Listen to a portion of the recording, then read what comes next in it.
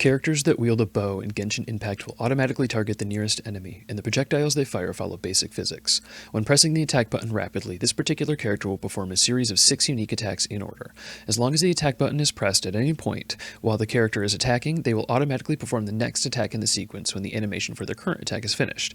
The exception to this is when the character is performing the final attack in the sequence. In this case, to attack again, the player must press the attack button after the final attack animation is finished.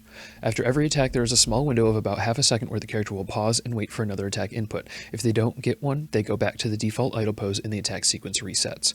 Bow-wielding characters can also make aimed shots by either holding down the attack button or pressing a different button that toggles aiming mode on and off. If the player is holding the attack button, a shot will fire when they release it and they will exit aiming mode. If aiming mode is toggled on, shots will automatically charge and will fire when the attack button is pressed. This mode fixes the camera behind the character. Their shots no longer auto-target enemies, but there is a crosshair. The character also has reduced move speed, and jumping or sprinting will force this mode to end.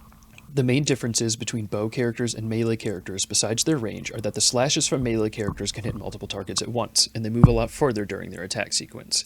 This is because most of the individual attacks include a large forward lunge instead of the small step back. If the player doesn't specify a direction while attacking, the character will lunge toward the nearest enemy. Just like before, there's a brief moment between each attack in the sequence when the player has time to input another attack. This idle transition state, right after the attack, exists to process the inputs that were received during the last attack, extending into the following half second if no input was given.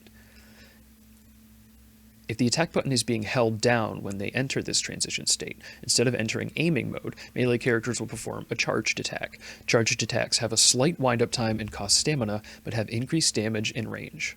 Charged attacks can be used at any point during the attack sequence, but they are similar to a final attack in that another attack can't be queued during the animation.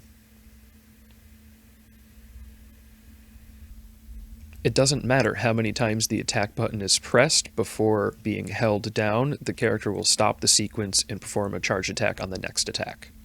Catalyst users combine features of melee and bow characters with unique traits of their own. Like bow users, their projectiles auto-target the nearest enemy, but they have no bullet drop and will follow enemies if they move. Their attack sequences are typically short and involve very little movement. The short sequence means more time locked in the final attack animation, leading to less time spent attacking overall. The input window of the transition state for Catalyst users to chain their attacks also seems to be a lot longer. It may also depend on the individual character and their attacks more so than the weapon type.